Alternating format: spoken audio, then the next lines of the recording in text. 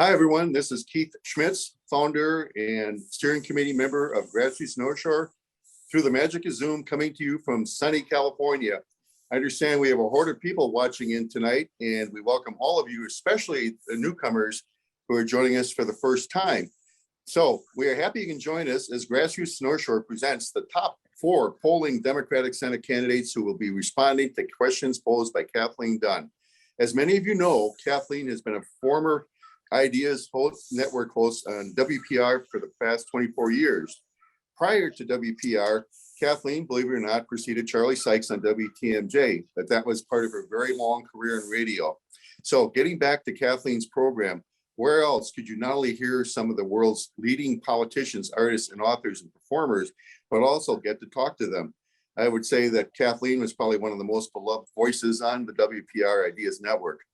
Wisconsin, we appreciate the help given by our co-sponsors, Wisconsin Jewish Democrats and the League of Progressive Seniors, and certainly appreciate the time and effort given by our great candidates who are joining us today.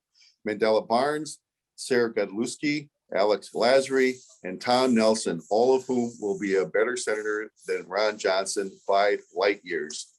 Although Grassroots North Shore is an independent progressive group with no financial or structural ties to the Democratic Party, we usually support their candidates as lining up with our priorities. That certainly is the case with Governor Evers, and we ask all of you viewers to support him as he has supported us with protective vetoes and by fighting for public health safety during the pandemic in the face of confounding opposition by the Republicans. And hopefully we'll be catching up with all of you down the road with ways to volunteer to help Tony get back in office. We are coming up on another election in which our efforts can make a huge difference, and we look forward to you volunteering. Upcoming Senate, gubernatorial, and attorney general races will determine how livable or unlivable our state will be. This race is as important as any national election and deserves our attention because it is not exaggerating to say democracy is on the line. Now, I have the great pleasure to introduce one of our favorite people, and here's Kathleen Dunn, who will be joining us after a few moments. Good evening, Grassroots North Shore. Welcome to our webinar, the U.S. Senate, How Do We Win? Few housekeeping notes before we begin. This event is being recorded. We'll send you the link to the video, which we hope you will widely share with others. You'll receive a link to a list of Grassroots North Shore activities for the upcoming election. You can also find it on our website at www.grassrootsnorthshore.com. There will be no live Q&A during the presentation, but save your questions for June 12th when you can ask the candidates directly. Please RSVP at grassrootsnorthshore.com/events.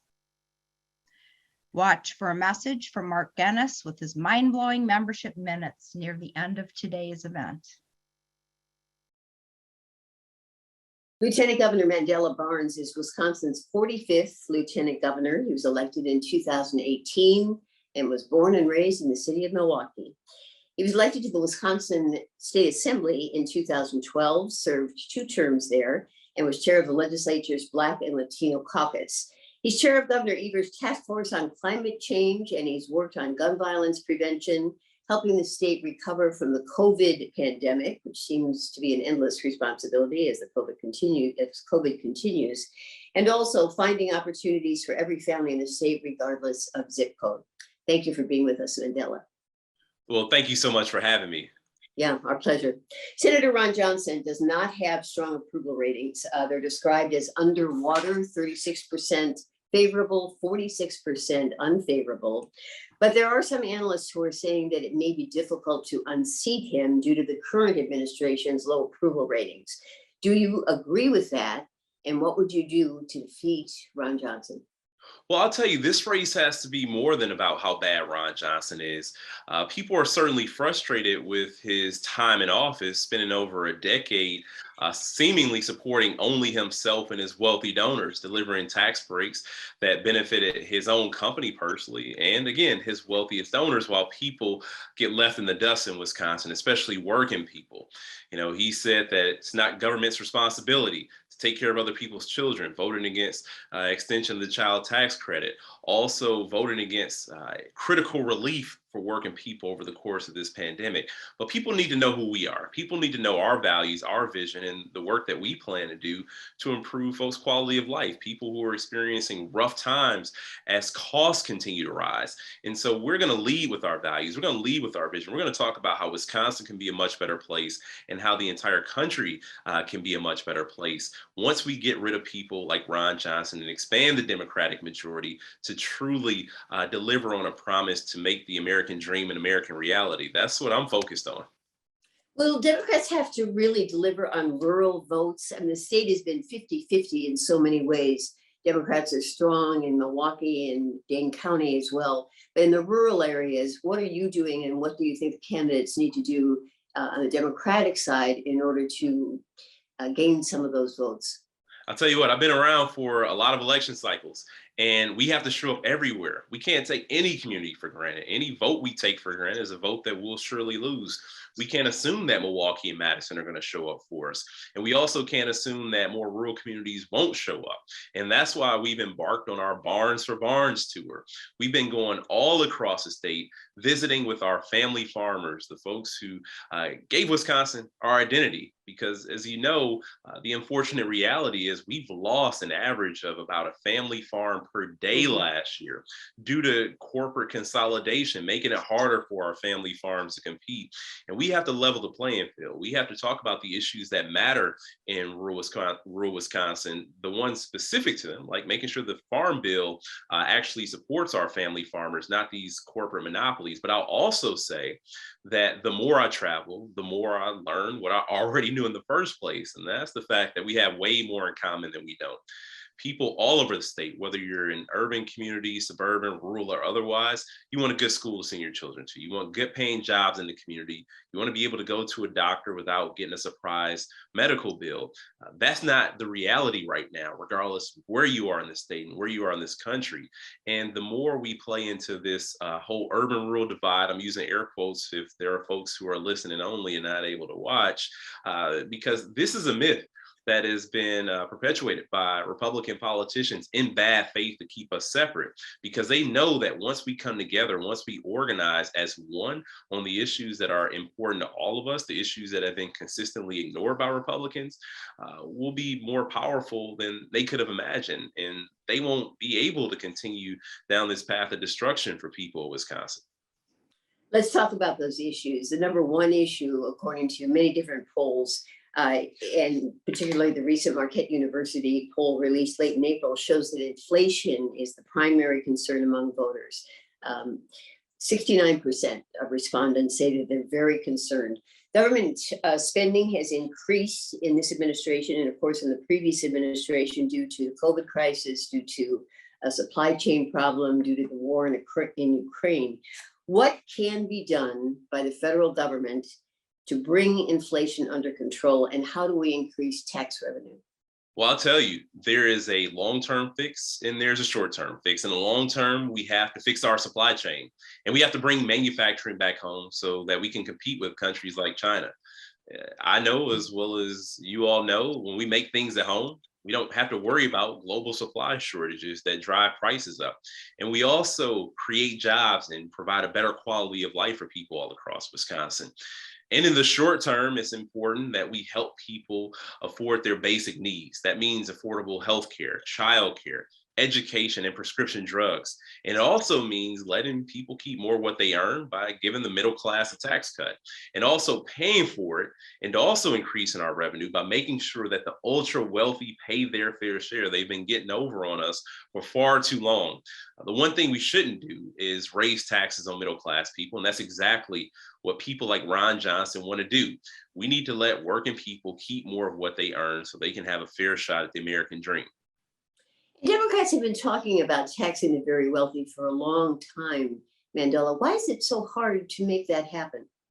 Well, I'll tell you, one of the biggest problems is money in politics. You got a lot of people in Congress right now that haven't spent a day in the life of the average American.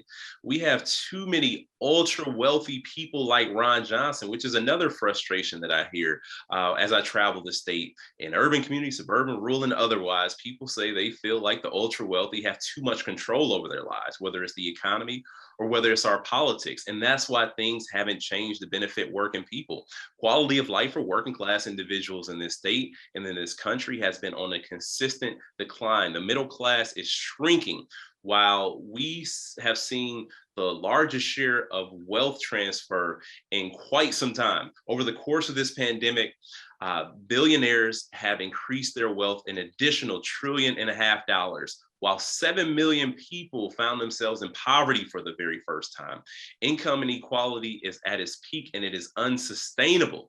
Now, that is the problem. We have way too many people who are not impacted by the decisions that they're actually voting on and don't have the experience in the life of shoes of Americans who have sent them to Congress to vote in their interests. People feel like there's nobody looking out for them. And I can't blame them, nor should you, because every time we turn around, we think about the most popular issues in this country. Taxing the wealthy is one of the most popular things universally across party lines that we could even think of, yet there hasn't been significant action. The lack of access to healthcare, Roe v. Wade, all these issues are incredibly important, but things aren't gonna be changed until we change the people who are in DC making these decisions. The president has called for a tax on billionaires. Is that a significant part of an answer to this problem or not? It is absolutely a significant answer to this problem because the billionaire class has evaded taxes every way possible. And this has resulted in a decline of services and ultimately a decline in quality of life for working class and lower class individuals, unfortunately. And it's creating a permanent underclass of citizens in this country. The billionaires have to pay their fair share. As I mentioned, billionaire wealth increased an additional $1.5 trillion, while up to 7 million people found themselves in poverty for the first time. There's no way a person, who zooms out a little bit and looks at this picture and says, oh, that's okay. That's fine. That's going to work out in the long run. It won't work out in the long run. We can't have this. We can't continue with this concentration of large sums of wealth by a handful of people anymore. It's hard to believe that somebody has $1 billion. I mean, I can't imagine. $1 billion. Can you? It is out of control. It's out of control, especially when we see child poverty on the rise. People won't even vote to extend the child tax credit, which lifted children out of poverty. At the same time, people have amassed these large sums of wealth, and the decisions that they are making are purely in their financial interests. If we send more wealthy people to Congress, we're going to find ourselves going down this same old road. We're going to see inequality continue to balloon even more. So here's another issue we've been talking about for a long time: immigration. Immigration reform has stalled year after year after year after year. We also have a great number of refugees coming to this state. We've had Myanmar refugees, Rohingya refugees, Afghan refugees, and now Ukrainian refugees coming to the state. And the social service agencies are pretty stretched to the limit to be able to take care of all these families.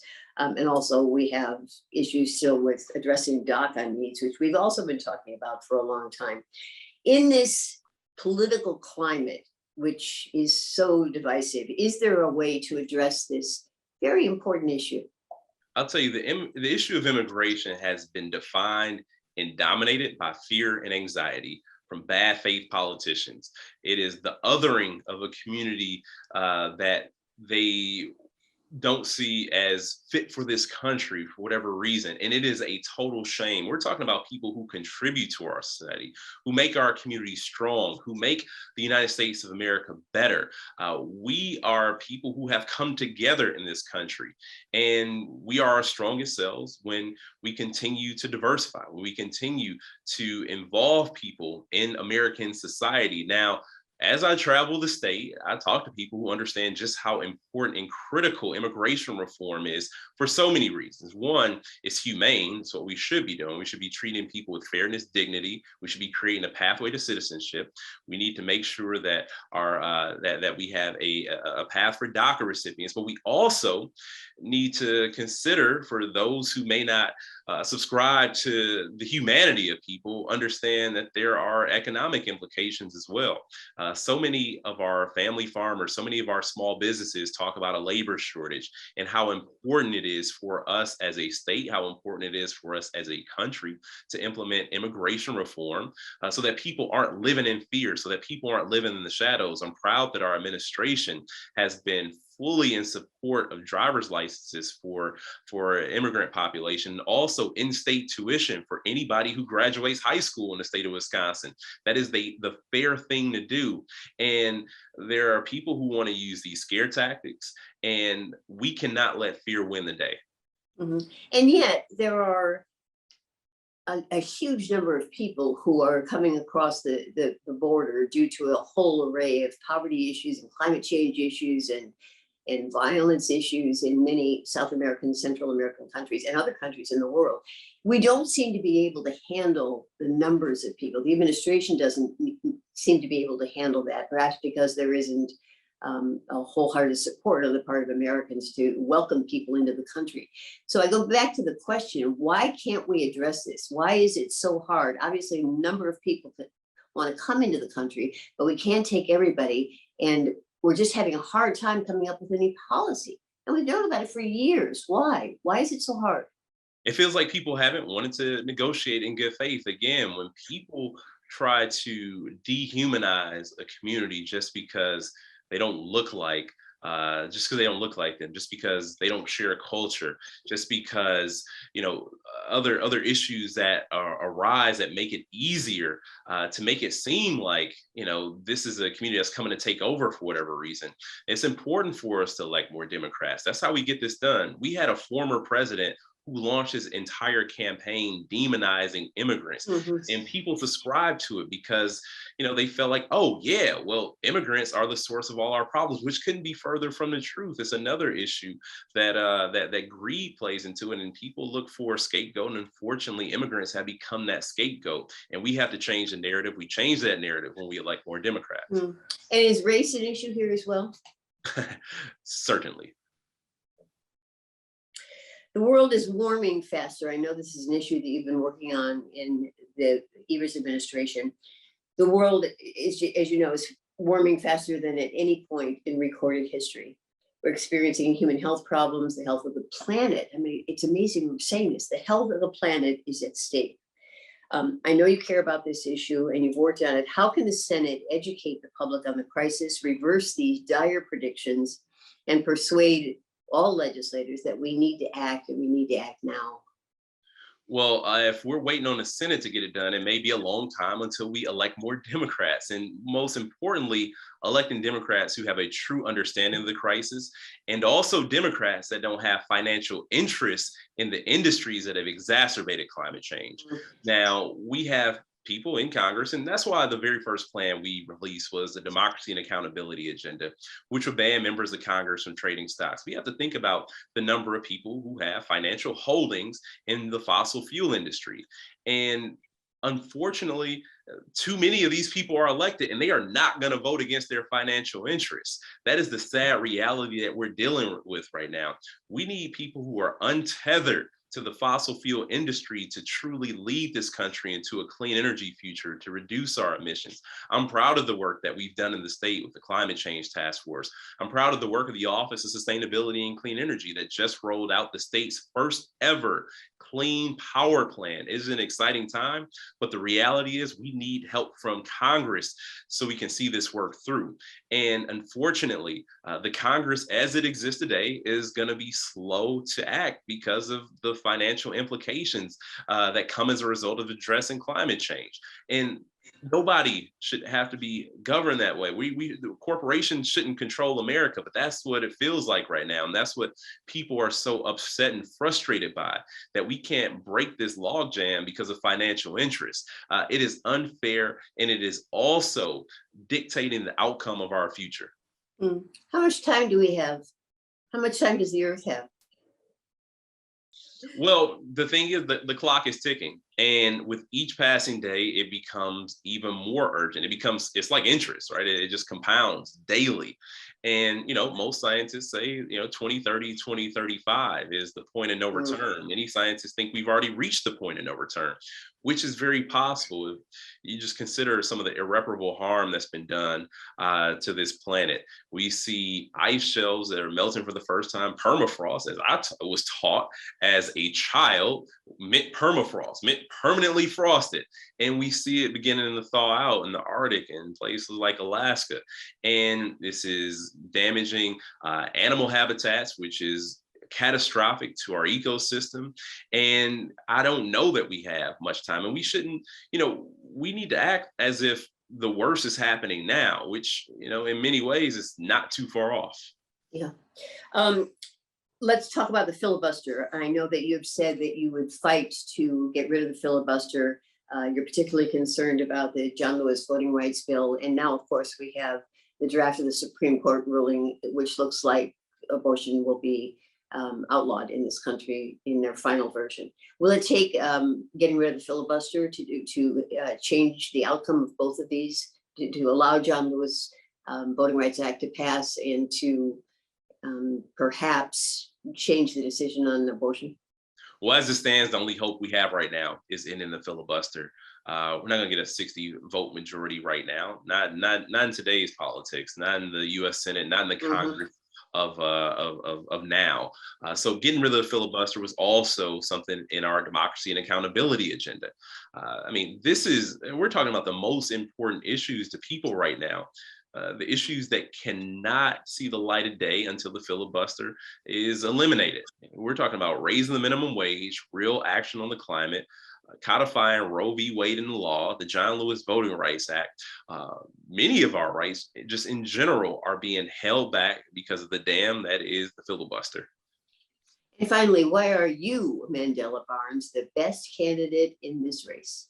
Well, I'll tell you, it comes down to experience for me, not just experience in the legislature or experience as lieutenant governor, but my life experience. Being born and raised in the city of Milwaukee, one of our most challenged communities, having a real working class experience, coming from a union household. I wasn't born into wealth. I wasn't born in a politically connected family. I was born in a union household, and I learned the value of hard work early.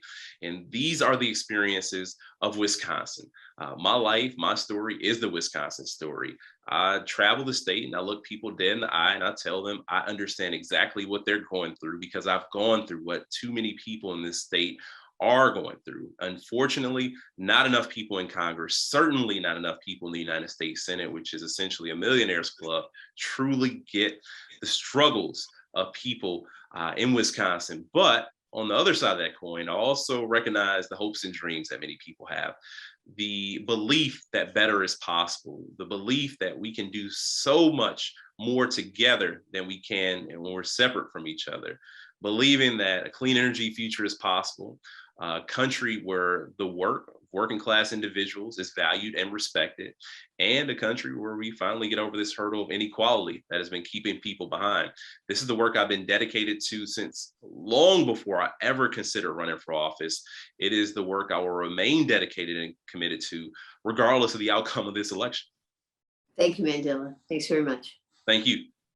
Sarah Galuski is with us now, and since 2019, she has served as State Treasurer of Wisconsin, which is an office that she first saved by launching a bipartisan statewide campaign to keep the state treasurer's office. She then decided to run for state treasurer and won handily. She lifted the Republican-mandated gag order that prohibited discussing climate change and investments, and now significant investments have been made in infrastructure, broadband expansion, and renewable energy. She also, in 2020, created the Treasurer's Homeowners Task Force to help people by fixing up and staying in their homes.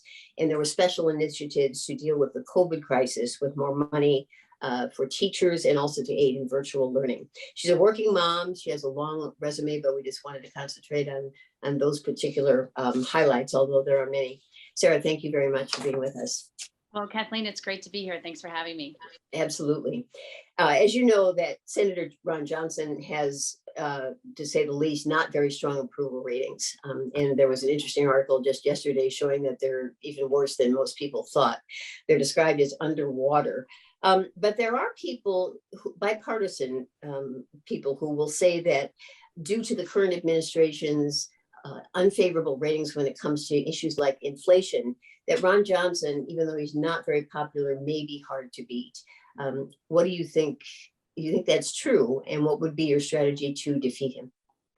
Well, I will agree that we can't underestimate him, Kathleen. I mean, we have seen now 2 elections where I believe we all thought that Ron Johnson was going to get defeated, but he didn't. I will tell you, though, as somebody who has won and run 2 successful statewide campaigns, I know that this is something that we can do. And how do we do it? Well, for me, it's about meeting people where they are, listening, and actually providing and delivering results. One of the big things when I actually started running for office was making sure I was a 72 county candidate, making sure I went to every county and not just talk about things, but actually listen. I don't think politicians do that enough to make sure that they can effectively represent really what people are looking for. And so that has been a big piece of it for me. And I will tell you, Kathleen, as a 5th generation Wisconsinite from Western Wisconsin, for me, you can put me in Osseo, Wisconsin, or Fairchild, as well as just in Madison or Milwaukee. And I think that's exactly what it's going to take to defeat Ron Johnson. The recent Marquette University poll that was released in late April showed that inflation is the #1 concern among voters in Wisconsin, 69% saying that they're very concerned, and it's hitting everybody. Government spending has increased due to all kinds of different factors. Certainly the pandemic was one, the supply chain problems, and the war in Ukraine.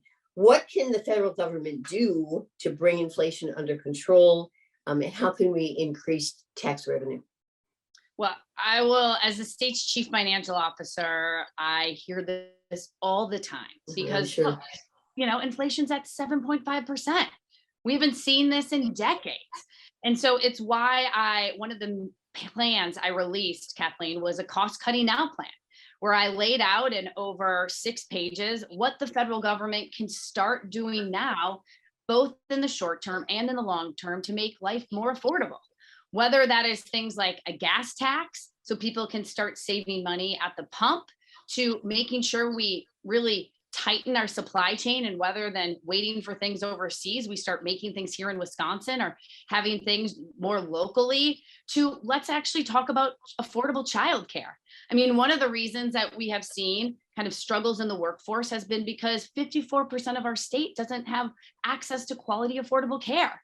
And we know that's really important to getting people back to work so they can help afford things.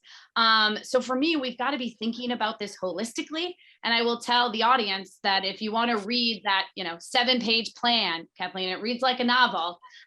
They can find it at my website, which is sarahforwisconsin.com. It brings us to another issue, and you talk about childcare, which is an issue that we've been talking about ever since I started on the air, which was a long time ago. We're moving to immigration now, and immigration reform has also stalled for many, many years, along with ways to address DACA needs, which we thought was a settled issue. Why in this political climate is it so difficult to address these crucial issues? Let's talk about childcare. I mean, it's one of the reasons, honestly, why I got in this race, because I was reading the CARES Act, Kathleen, and that was the first bailout that we had during COVID. And when I found out that Delta Airlines got more money than childcare, I was like, this is part of the problem, is we need more working moms at that US Senate table, so things like childcare and paid family leave aren't political footballs. So for me, that was a really big reason that kind of helped play into my decision to run for this office. But I think getting into kind of your conversation, like, let's talk about immigration. I do think that this is actually an issue that we can all address together, because we know unemployment is low. And when I talk to dairy farmers or small businesses, they're looking for workers. And they're looking for workers like other immigrants to come into this country who want a path to citizenship, who are an active part of our communities. So I actually do think it depends on how we talk about this, but this can truly be a unifying issue, because whether it's farmers or small business owners or even larger corporations, they're looking for good quality workers. And I do think being a state that welcomes immigrants will help provide that. Mm-hmm. The world is warming. This is an issue that I know is near and dear to your heart. The world is warming faster than at any point in recorded history. Human health is at stake. Actually, the future of the Earth is at stake. How can the Senate address this issue, educate the public? I know that you have said that you believe that we can combat climate crisis before the consequences become worse. How do we do that? So one of the things I always like to talk about with climate change is you can't think of it as a siloed issue. We've got to think about it holistically and everywhere we go. And so for me, that's everything from, let's look at right here in Wisconsin. We know that there are manufacturing opportunities that would allow Wisconsin to actually lead the effort in transitioning from brown energy to green energy, because 80% of our state runs on brown energy, but only 20% runs on green. But if you look at our manufacturing industry, like one major manufacturer in northeastern Wisconsin, 90% of what they do is create things for the combustion engine. Well, if they had help from the federal government, they're like, look, we could help transition our workforce and actually be leading on this issue right here in Wisconsin. But the other piece of it is we've got to also look at, let's talk about clean water. We know that there are real opportunities to address PFAS, these forever chemicals that are poisoning our lakes and our rivers. I mean, they're not even considered right now a dangerous substance. They're not regulated, let alone banned, but yet we know the horrific impacts that they have. And we are a clean water state. We've got to protect our clean water. And so for me, that's always looking firsthand on like creating a Great Lakes Authority. We're actually protecting our Great Lakes and providing the resources necessary for that. You know, the other piece that I will say is let's look at financially. I mean, we right now have a tax system that is giving benefits still to fossil fuel companies. So the fact that they are still getting billion-dollar tax subsidies, but yet they are part of the problem when it comes to climate change, like to me, we've got to get rid of that. Like we've got to actually be incentivizing green energy and clean energy, not the fossil fuel companies. And so I think this comes down to is you can't just think about this from one lens or the other. You've got to look at it holistically, whether it's from our tax system to manufacturing, to the economy, to, of course, going back to health and the environment.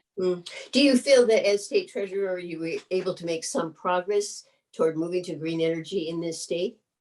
Yes, I mean, I will tell you, I think people are shocked to know how much the state treasurer's office has actually done in renewable energy. So as one of the things is when I took over my office, I found out that there was a gag order on not only climate change, but investing in renewable energy projects for schools, for example. And something that we did is we went and reached out to communities across our state and said, look, like not only can you reduce your carbon footprint, but you can reduce how much this is costing taxpayers with your energy usage by simply putting on solar panels or generating energy through wind.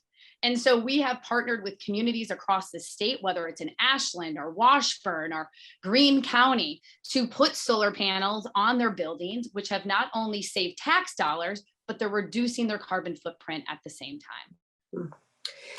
Let's move to another issue. And I know you've been very involved in this issue, and that concerns the filibuster. It concerns voting rights, and it concerns what looks likely, and that's the Supreme Court issuing a final opinion that will outlaw Roe v. Wade. I know you're in Washington, D.C. You did an ad in front of the Supreme Court, and this is an issue that you have said when you're in the Senate, you'll fight with every bone in your body to protect our reproductive freedom.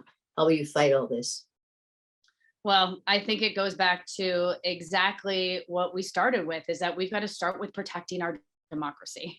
And what that looks like is a few things. One is I believe we do have to get rid of the filibuster because, Kathleen, when I talk to Wisconsinites across the state, one of the things I hear over and over again is, why can't we get things done in the US Senate? Well, it's because they have this silly rule that requires 60 senators in order to move anything forward. And I believe we've got to let a majority of the Senate rule, not this super majority. And so whether that comes with the environment or laws that help our democracy, I know we can move those forward with a simple majority. And that brings down to the Let America Vote Act. So that act alone, Kathleen, would end partisan gerrymandering. It would stop the attack on voting rights, and it would get money out of politics. And we know we have a majority in the Senate, but the reason why it's not on Joe Biden's desk is because it requires 60 senators to do so. And so to me, this is a no-brainer. How we protect our democracy and how we move forward with a lot of these crucial issues, it's by getting rid of the filibuster is to start. And finally, the question that we're asking everybody is, what makes you, Sarah, the best candidate in this race? Well, one thing I just want to circle back on, Kathleen, because you did mention Roe v. Wade, and I think that's something that is Yes, of course. top of mind. Is that, as you pointed out, I was in DC and immediately drove my car to the Supreme Court, where I was active there with protesters for 3 days. And something that I think has become horrifying that I think about all the time is that if anything happens to Roe, we know Wisconsin will go back to a law from 1849. I mean, this is before the Civil War, and it will criminalize doctors. They can criminalize doctors by putting them in jail for up to 6 years, like $10,000 in fines, and there are no exceptions for rape or for incest. And so for me, this is something that I think about a lot, because I never thought that I'd be going backwards, that I would be having less rights than my mother, than my grandmother. And here I am today in 2022, thinking that, the next generation is going to have less rights than what we had in the past. And we cannot afford to go backwards. And so this is an issue for me that is front and center. But getting to kind of your point about what differentiates me is, as the only woman in this race, one of the things that I get really frustrated about is that we had 50 years to codify Roe. We've had the House, we've had the Senate, and we've had the White House. And this has not been prioritized. And I believe one of the reasons it hasn't been prioritized is because we don't have enough women at that US Senate table. I mean, it goes back to same things with affordable childcare and paid family leave and senior care. Women are often the individuals in our families that address those issues, and they continue to be put on the back burner, I think, because we don't have enough women senators at that table. But the other thing that I think is a really key differentiator for me in this race is, look, like, I have been underestimated my entire life, whether that was a time when I was working at the Pentagon and no one thought that a peace and conflict resolution degree from Eau Claire, Wisconsin in her 20s would last. And I was there for almost a decade, to saving the state treasurer's office. And everyone said there was no way I could stop Scott Walker's power grab. And I led that campaign with 62% of the vote, to being a political nobody from Eau Claire, Wisconsin, where I literally flipped more counties than the governor, lieutenant governor, and attorney general, including flipping Ron Johnson's own county, and then taking an office to a place that it's never been before. And so for me, I think that is something that I, love our state, and I'm going to continue to deliver just like I have as state treasurer, and would love to do that for Wisconsin in the US Senate. Thank you, Sarah. Thanks for having me. Alex Lowsry is the vice president of the NBA champion Milwaukee Bucks. He lives in Milwaukee with his wife, Lauren. Lauren is the chief of staff of Planned Parenthood, Wisconsin, and their 9-month-old daughter, Eleanor. Thank you very much, Alex, for being with us. Thanks so much for having me. Yeah, we have a lot to cover today. Senator Ron Johnson, as you know, does not have very strong approval ratings. They're described as underwater, with 36% favorable, 46% unfavorable. But there are a lot of people who are saying that it could be a very tough year for Democrats across the board, considering the approval ratings of the current Democratic administration nationally. Do you agree that it could be a difficult race, that he may be doing better than people thought? He may be not as vulnerable as people thought. And what is your strategy to defeat Senator Johnson? I definitely think this is going to be a tough race. I mean, look, Wisconsin is the ultimate swing state, and I think if you look at a lot of the most recent elections, they've all been close. And Ron Johnson is a 2-term incumbent, right? He's won in Wisconsin twice already. So I think anyone who's underestimating him or thinks that this is just going to be an easy race is fooling themselves. I think we have to take Ron Johnson and the entire Republican Party incredibly seriously and understand how difficult this is going to be. With that being said, this race is not unwinnable. This race is actually very winnable. And we just have to make sure that, one, we elect the right candidate to be able to take on Ron Johnson in the fall. And that means we have to have the right message. And something that I think that we're doing, and it's why our poll numbers have shot up the way they are, and why the data kind of all says that we're the best one to win in the fall, is because we're actually talking about how we're going to bring more jobs and investment and bring and raise wages here in Wisconsin. And we've got a very great way of kind of creating a true choice in this race. Right, Ron Johnson is, to us, what we're going to be able to do is paint him as part of the establishment. Right, he is the current senator. He is what is wrong in Washington, and he's done nothing. Right, for the last 12 years, the only thing he's done is pass a tax cut to help himself and make it easier to ship jobs overseas. I'm someone who's actually delivered for the people of Wisconsin, whether it's creating thousands of good-paying union jobs, raising wages, making sure that we sourced 80% of our materials from Wisconsin. So bringing more jobs and investment here on racial and social justice and voting rights, bringing the Democratic Convention and an NBA championship. So I think the choice that we're going to be able to create between me and Ron Johnson is one of the establishment and one of change. I'm going to be able to run as the change candidate who can actually get stuff done. You probably follow these polls closely. The Marquette University recent poll late in April shows that inflation is definitely the primary concern among voters, with 69% of people saying that that's their number one issue. Government spending has gone up. We've had a host of mitigating factors, COVID, of course, the supply chain mess, which is creating all kinds of problems for people, and also, of course, the crisis in Ukraine, the war there. What can be done by the federal government to bring inflation under control, and how do we increase tax revenue? Yeah, so what we've been talking about, and we've been talking about inflation and supply chain issues since day one of the campaign, right? This was before, I think, even the national media started talking about it, because when we would go around and talk to voters, that was something that we were constantly hearing, is the price of not just gas rising, but food and housing and a number of things that people need every day. There's a couple things that we can do. There's some long-term things and some short-term. In the short term, we've put out a plan on how to put more money in people's pockets, right? So how to create more tax deductions for middle-class families and things like making union dues tax deductible again, making your gas mileage to and from work tax deductible, making the supplies you need tax deductible, and bringing back the home office tax deduction. COVID hit and we took away the home office tax deduction, even though everyone was now working from home. Making the child care tax credit permanent, right? These are all things that we can do to increase the amount of money that people are taking home. So that if inflation's going up by, just to make math easy, if inflation's going up by $1, but we put $1.50 back in everyone's pockets, that helps you deal with the inflationary pressures.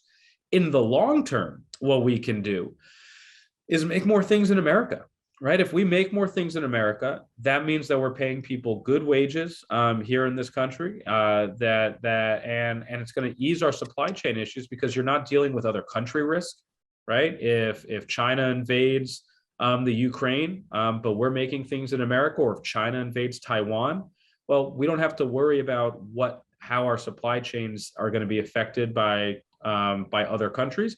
If we make more things in America, it's just making sure that we're able to drive things to and from points in this country. So for me, the way that we can ease inflationary pressures and supply chain issues are to make sure that we're putting more money back in people's pockets, to make sure that we're making more things in America.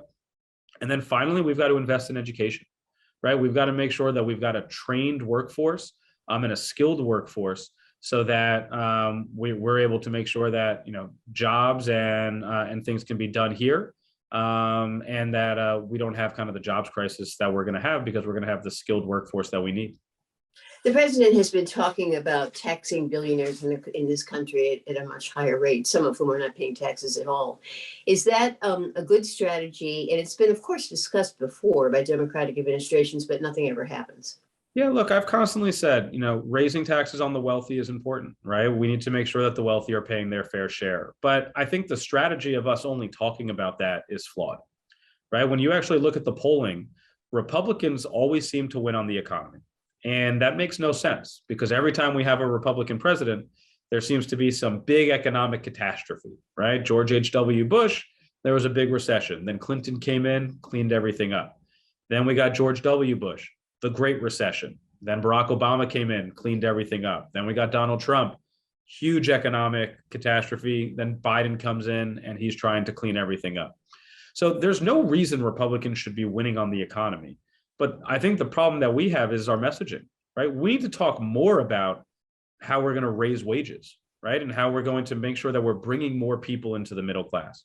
We've already won the argument. The polling all shows that the wealthy should be paying their fair share. But I think what we need to talk about more and campaign on is how are we going to raise wages for people? Because when I talk to union workers or middle class families all across the state, they're not worried about what Jeff Bezos' tax rate is. They're worried about how much money they're taking home in their paycheck. They're worried about the fact that their wages have stagnated over the last 10, 15, 20 years. That's something that we need to talk about more and talk about how our policies are going to raise wages, bring more people up into the middle class. We don't need to argue about whether the wealthy need to pay their fair share. We've won that argument. We need to talk about how we're going to raise wages for people in this country. Let's talk about immigration, another issue that's been on the table for many, many, many years. Immigration reform has been, everybody says, oh, we have to deal with immigration reform, but it has stalled, along with ways to address DACA needs, which we thought was a settled issue not that long ago.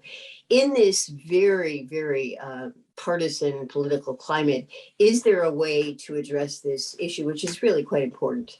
Yeah, I mean, look, I think at the end of the day, one of the things that we're going to have to do is get rid of the filibuster to make sure that we actually can address a lot of the problems that we're seeing, right? We've been voted in, and Democrats were voted in this time around on an agenda to handle things like immigration and voting rights and climate and now I would assume a woman's right to choose, right?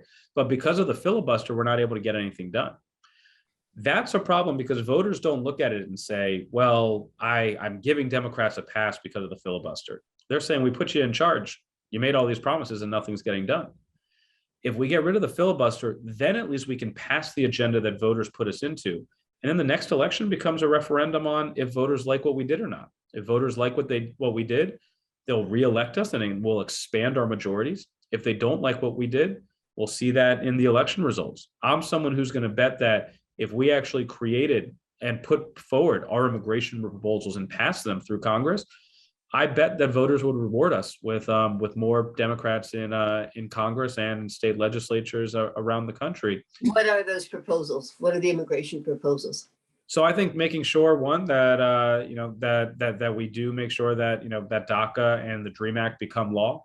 I think making sure that we're putting in a 21st century immigration system so that people who are coming into this country are able to do so in an orderly way. Giving a pathway to citizenship, and also making sure that we are protecting our border, right? We do need to make sure that we have border security and that we aren't just letting people run into our country with illegally while other people are waiting to do so through the legal immigration channels. But here in Wisconsin, our immigration problem is actually a visa problem, right? We are having trouble filling jobs in our state that most of the time went to seasonal immigrants or other immigrants who were coming in, and we're having trouble filling those jobs because the visa process is so stalled and backlogged, and it's not up to date. That's something that we need to reform, especially as birth rates in America are reaching an all-time low.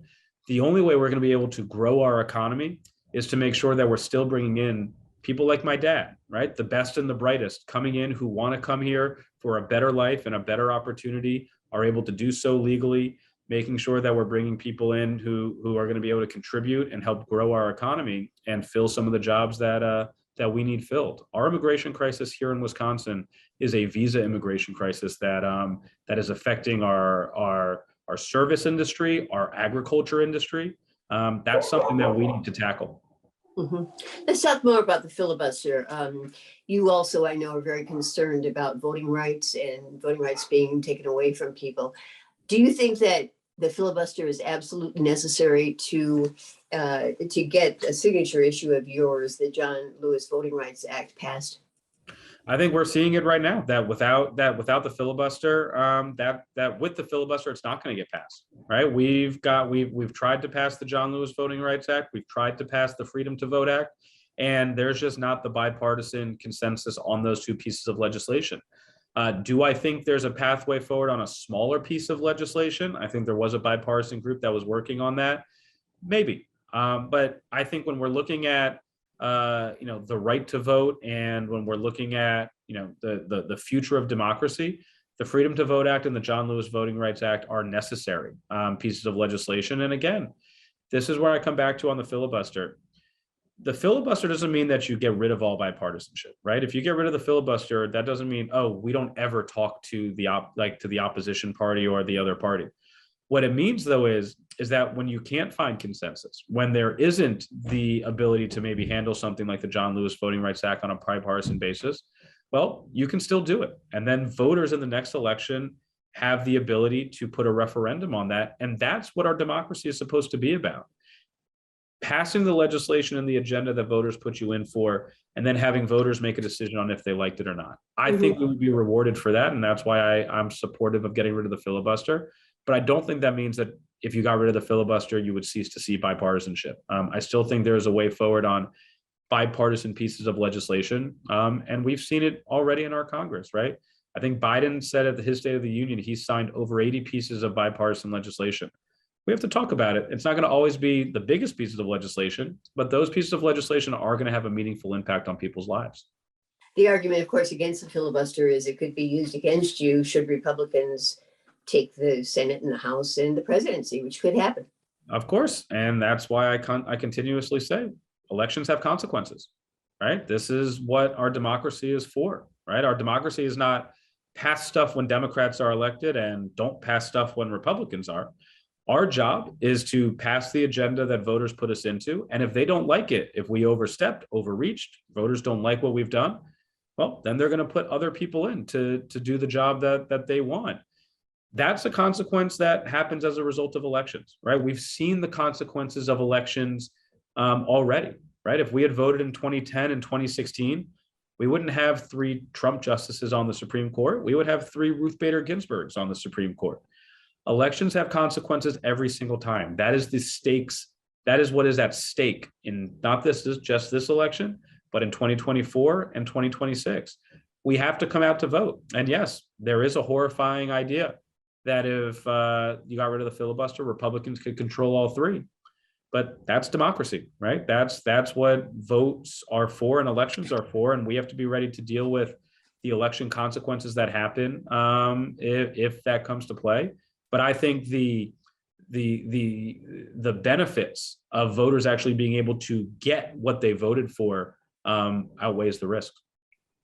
Should the draft of the Supreme Court decision on Roe v. Wade become what the final verdict is from the Supreme Court, do you think that, again, the filibuster would be the only way to codify Roe v. Wade?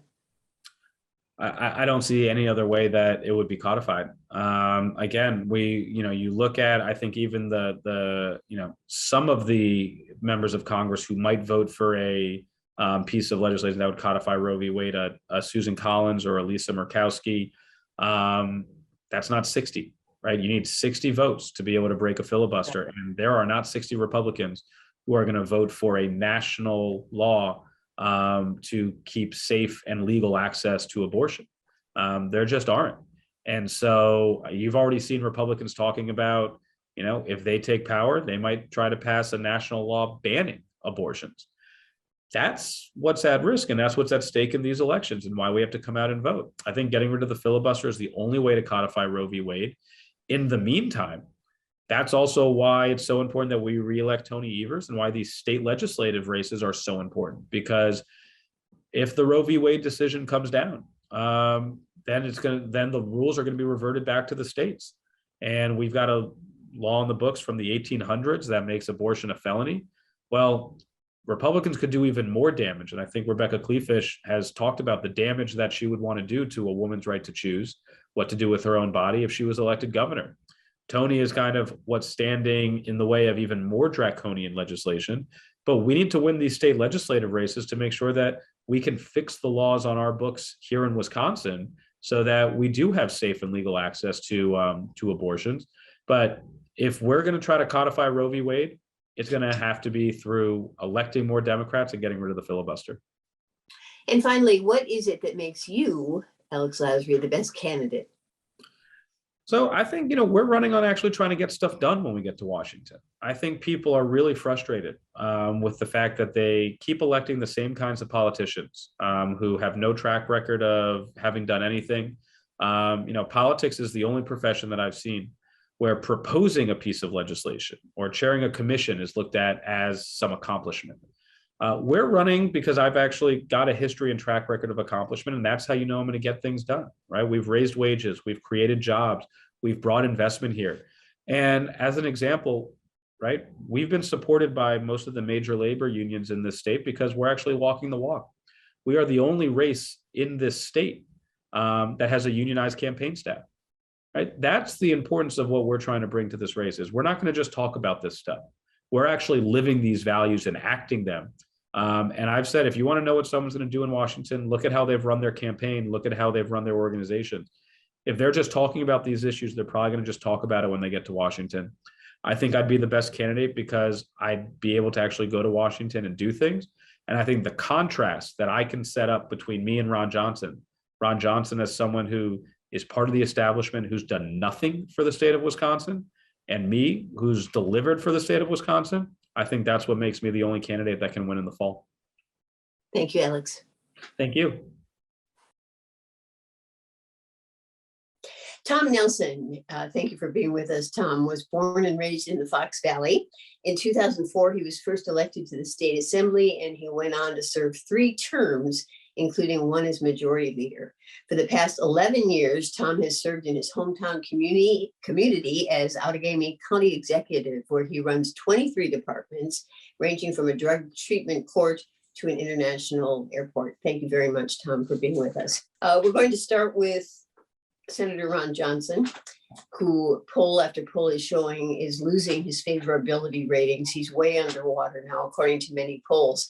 But there are people who are saying that because the current administration Democratic administration doesn't have great approval ratings, that they're going to have a tough road here, that Johnson may be hard to beat. Do you agree? And what would be your strategy to defeat the incumbent? I disagree because this is a unique situation where we have an incumbent who is the least popular incumbent Republican up for re-election.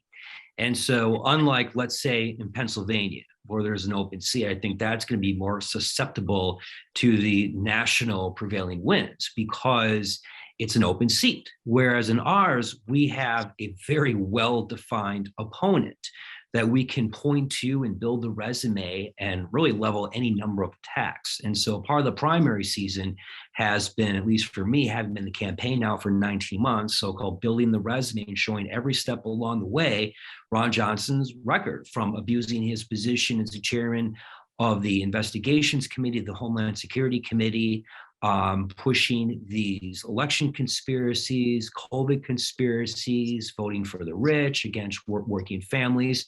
So I think Wisconsin, we will be a unique case, regardless if this is going to be a good or bad Democratic year.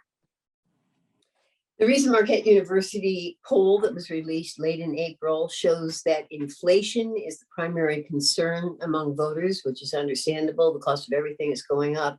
69% of the respondents said that that's their number one issue. Government spending has increased. We've, of course, had a COVID crisis. We've had the war in Ukraine. I know that you're very interested in helping working families. What can be done by the federal government to stop inflation, bring it down substantially so working families are not feeling a financial crunch right now, and how do we increase tax revenue? Right. Okay. Well, first of all, I think we have to go to the root causes, and there are several root causes. First of all, we have a broken supply chain. Because we have a broken supply chain for which we've outsourced so much materials, so much manufacturing goods, that we have been beholden to a world market. And for example, semiconductor chips, we invented semiconductors, and yet they're not made here. So we do not control a very important component of the supply chain. Because of that, we can't bring goods to market. Because we can't bring goods to market in a timely fashion, demand goes up and prices go up. The second thing, we also know that corporations are taking advantage of inflation. In fact, corporate profits are responsible for approximately 60% of inflation. So that means that we need to get corporate America under control. We have to make sure that they are not exploiting loopholes, that the rich are paying their fair share, and we have a kind of economy where we are supporting Wisconsin manufacturers in particular, because we're the one part of the country that has really been hit hard. And finally, one thing that a lot of campaigns aren't talking about is the issue of antitrust and monopolies, which is the source of corporate power. Right now, there are very few goods for which there are more than 2 or 3 competitors. And because you have that kind of consolidation in the market, you also have high prices, and you also put corporations in a position where they can cut jobs. And that's what we're seeing in Racine. With the strike at Case New Holland, the tractor implement market has very little competition. And so companies like CNH are in a position where they can take advantage of workers, which is what they're doing right now. So all around, corporate consolidation is bad when it comes to jobs, when it comes to pricing, any number of issues. And I should finally say that this is not just because of Republicans, but it's also because of Democrats. And we've had Democratic administrations that have had these failed neoliberal policies that have not helped working families. And as a result, it's killed jobs, but also it's put us very vulnerable. So when we have this kind of economy, we are suffering from inflation. So Democrats haven't taken on this issue for what reason? Are they benefiting financially from that, or?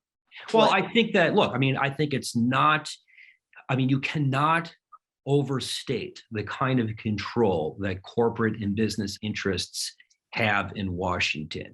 That's number one. These folks fuel campaigns. They fuel the dark money that too often campaigns, especially Senate campaigns, are dependent on. The other thing too, though, is I think that there are a lot of legislative leaders that brainwash members of their own caucus, saying, well, this is how the economy works. It always has worked this way, and that we don't want to have this type of intervention, or the government can't be involved. When in fact, when the government identifies places for which there are problems and that they need to get involved, whether it's controlling healthcare costs, whether there are public works projects, infrastructure, those are the types of lessons. And I think that those are the types of things that I can bring to the table, coming from a county executive as well as a state legislator, knowing what kind of investments in the public sector really can make a difference in people's lives. In terms of taxes, what would be a fair tax on the wealthy? How do you define wealthy? What's a fair tax on corporations? I think, first of all, when it comes to corporations, first thing we have to do is close the loopholes that they're taking advantage of that. Second, I believe in an ultra wealth tax that Liz Warren has put forward. She suggests 2%. I think that we should start at 2%. Look, Bernie Sanders says that there should not be any such thing as a billionaire.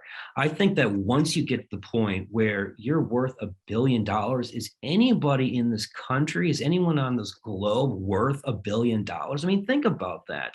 That's just absurd. I think when you have people, 1 out of 5 families who are living below the poverty line, I think that there is a degree of moral bankruptcy in this country that we allow that type of income inequality to fester. Climate change. I know that this is an issue of great concern to you. You've talked about a need to transfer toward renewable energy resources, and we need to have labor buy-in to make the switch. We're reaching a point, which is hard to believe, and we're seeing the effects of climate change all the time. And we have been told that our planet really is at risk, that we may not have Earth, in the not too distant future. How do we take on this issue so that everybody can agree and make the dramatic changes that need to happen so that we will survive? Well, I think the first problem we're going up against is we have an entire political party that denies that the climate crisis is a crisis. And so what it comes down to is pretty much the Democratic Party and progressives to take a leadership role. The people are ahead of the politicians in this case. And we know that people know that climate change is a real problem. Environmental degradation is a real problem. So we have to be as aggressive as possible. And that's a big reason why I support a Green New Deal. It's very aggressive, but look, this is the country that put a man on the moon in 8 years, completed the Manhattan Project in 4 or 5 years. Clearly, we can get this problem under control. And Wisconsin is uniquely positioned to lead because the way that you accomplish a Green New Deal is with the addition of the word blue, a blue-green New Deal, for which you marry the elusive progressive coalition of blue labor manufacturing and green the environmental movement, because the way to accomplish the objectives of the Green New Deal is to retool the economy. And the only way you can retool the economy is with a 21st century workforce. And so Democrats are in a position not just to get climate change under control, but to create good paying union generational jobs. And is some of that green new workforce happening right now? Do you see evidence that it's starting at least? Yes, no, and I think that there are a couple of really good examples. I think the coalition of environmental labor groups that are objecting to the contract for the United States Postal Service trucks to Oshkosh Trucks plant down in South Carolina, you have the interest of labor. We were the ones here in Wisconsin that got that contract. Those trucks should be made in Oshkosh, or those vehicles should be made in Oshkosh. And second of all, they should be all electric vehicles. So that's a really good example of a so-called green-blue coalition. Another example is what's happening here in Outagamie County. We have just built a $30 million methane reclamation project in which at our landfill, we are harvesting very harmful methane gas, which is the most damaging greenhouse gas out there, to harvest it, bring it onto the grid and power thousands of homes. And the way that we're doing that is with a number of building trades, pipe fitters, steam fitters, plumbers, electricians. So those folks will have $30 million worth of work. And that's just one project. So those are two really good examples that I see going on right now. Immigration reform has stalled. We've been talking about immigration reform for years and years and years. Now there are some very conservative and very wrong Republicans who are saying that Democrats just want to bring immigrants in because they're just getting them, grooming them to become voters so they can take over the country and Democrats will have a permanent majority. Why is this such a difficult issue? It's in Democratic administrations, Republican administrations. So many people's lives are being affected, and why can't we do something about this? Well, I know the answer for Republican administrations and for Republican Congresses. It's their business models. The only one that wants wide open borders is the U.S. Chamber of Commerce and Wisconsin Manufacturers of Commerce. Why? Because their business model is to get cheap labor, is to exploit labor. And that's what you see these companies doing when there are people who come to this country that are not documented.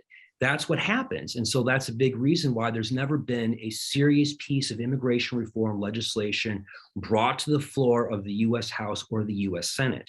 So now, again, just like climate change, you have an entire political party that is opposed to immigration reform. So for a party that spends all of this time during an election, demagoguing, xenophobia, dog whistling, they have absolutely no intention to have an honest discussion, debate about immigration-related issues, let alone actually act on the issue if they are in power. I also want to make this very important point. I'm the only one in the race who opposes Title 42. Title 42 is a Donald Trump COVID era rule that says anyone at the border cannot come to our country because of COVID. So the CDC has rolled back all of those Trump era COVID restrictions because of the state of the pandemic. And of course, candidates, people like Ron Johnson, think that COVID was never a problem. So you can't have it both ways. You can't say COVID is not a problem. problem and then still have Title 42. And Title 42 has not done anything to secure the border because illegal border crossings have actually gone up because of Title 42. So I think I've just laid out a pretty clear case of why the Republican Party cannot be trusted to take on this issue.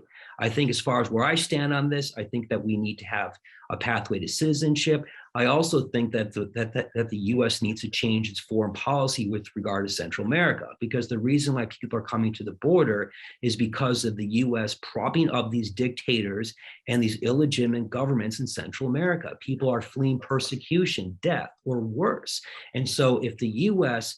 puts their foot down and says, no, you guys can't behave this way. And if you do, you're not going to get your foreign aid. You're definitely not going to get your military aid. We're going to continue to have those problems. So those are two concrete steps I would take to address this problem. Let's talk about the Women's Health Protection Act. There was a vote on that taken last week. It didn't pass, which was expected, but people were put on record. And also the John Lewis Voting Rights Act too. Is the only way to secure passage of both of those to end the filibuster? Yes, absolutely. And I think that we should have ended the filibuster a long time ago. First of all, it's not part of our Constitution. Second of all, it's anti-democratic, and this is a democracy. Also, if we would have gotten rid of the filibuster back in the 30s or 40s, think about this. We would have had a civil rights movement before the 60s. It could have been the 50s, could have been the 40s. Think about how different this country would have been if we would have made sure that the Senate rules were with the people, with the people in terms of public opinion and the types of changes that this country demanded back then. So I think it's long past time to get rid of the filibuster. You get rid of the filibuster, you can codify Roe, you can pass the PRO Act, you can raise the minimum wage, you can begin concrete important steps for repealing Citizens United, and we can address gun violence. We can address really any issue out there for which the Democrats have majority, but not 60 plus. We might even have a shot at passing Medicare for all or a Green New Deal. So the secret for all that, you're exactly right, is to get rid of the filibuster. And finally, what is it that makes you, Tom Nelson, the best candidate in this race? I'm the only one from a red part of the state who won election and re-election 6 times, 3 as a legislator and 3 as a county executive. I can get elected. Once I get to Washington, I can do my job. I know how to run a government. I've done so Red County as a progressive for 11 years. I've passed 11 balanced budgets, maintained a AAA bond rating and a declining tax rate. Also in the legislature, I served as one of the state's youngest majority leaders, having been able to push the important progressive change and to be able to leave the assembly with a record that Democrats were proud to have.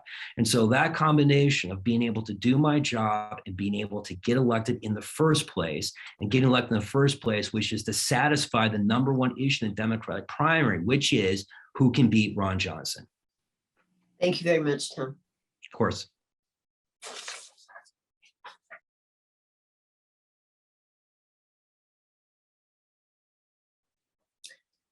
My impressions of all of the candidates is #1, they're nice and young and enthusiastic and ready to take on some very important issues. They speak with knowledge, each and every candidate, and with a sincere concern about inflation, climate change, a woman's right to choose, immigration, and importantly, the truth. I don't need to tell you this, but I have to talk about it a bit. We are living in a time that is really unprecedented in many ways. Truth is being denied. They're very turbulent times with so many of our leaders denying truth, embracing radical theories, replacement theory, and white nationalism, which resulted in gunning down African-American grocery shoppers recently, people embracing guns that have been used for mass shootings. I read this figure recently and it just stops you in your tracks. 198 mass shootings, 19 weeks into 2022, 198. Reproductive rights are seriously threatened. Democracy is at stake in the midterms. And as we've heard from all of the candidates, I think they all believe that the future of the planet is at stake. Books are being banned. Immigration reform has been stalled. Each of the candidates wants to bring about change. And they all, I think, expressed optimism that our shared future can be a brighter one. I think that everybody in this organization agrees that Senator Johnson needs to be defeated. Democrats need to realize what is at stake in these midterms and head to the polls in very large numbers from every corner of the state.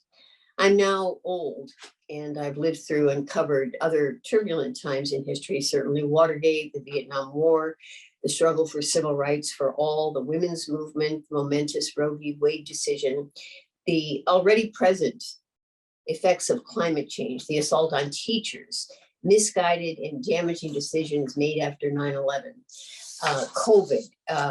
Well, I could go on and on. I do now work with refugee families from Myanmar and also from Afghanistan. Oscar Wilde in the late 1980s wrote, "We are all in the gutter, but some of us are looking at the stars." The refugees have spent many years living in the gutters. We can only imagine how horrible their lives have been, but they are seeing the stars. And I think that despite all of this, we need to do the same. There really is so much at stake. And so I thank you for your activism, and thanks to all the candidates who are running for high office. It's a difficult time, I think, to run for office. It's a crucial time to run for office, and we thank them for their time and thoughts on all of these issues. Thank you. Thank you, Kathleen. That was great. And thank you to all of our great candidates. Now, in the spirit of fair play, Grassroots North Shore did invite Ron Johnson for an interview, and we just heard this morning that he has accepted. Well, thank you, Mark. It's a pleasure to be here. Now, before we begin, Senator, I want you to be absolutely sure you understand that Grassroots North Shore is the oldest and largest all-volunteer organization of progressives in the state. And as such, Grassroots is dedicated to fostering progressive ideas and electing progressive candidates. Are you okay with that? Oh, that's okay. I just renewed my progressive insurance. By the way, did you know that you can save money by bundling? Okay, why don't we begin? Now, Senator, I know you have some strong views about climate change. Could you elaborate? Yes, I would be happy to. I absolutely do not believe in the science of man-caused climate change. Mankind has actually flourished in warmer temperatures. After all, how many people are moving up toward the Antarctica or the Arctic? I think we should move on. Senator, I know you have some strong reservations about the current vaccination program for COVID. Yes, that is true. After all, if you have a vaccine, quite honestly, what do you care if your neighbor has one or not? Now, Senator, you recently said you would support a vaccine mandate. Yes, but only if there is some incredibly dangerous disease. Senator, you are aware that we are approaching 1 million American deaths from COVID. That's why I said incredibly dangerous. Anyway, standard gargle mouthwash has been proven to kill the coronavirus. And look, it's so easy.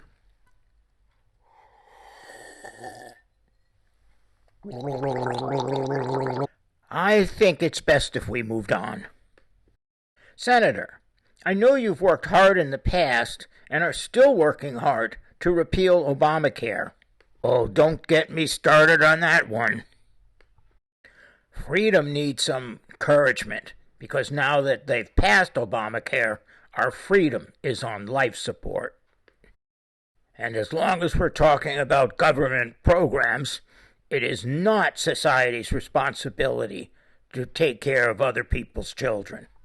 Senator, should Donald Trump receive the nomination for president in 2024, would you support and endorse him? Just to be clear, to me, support versus endorse are two totally different things. Could you clarify that for us?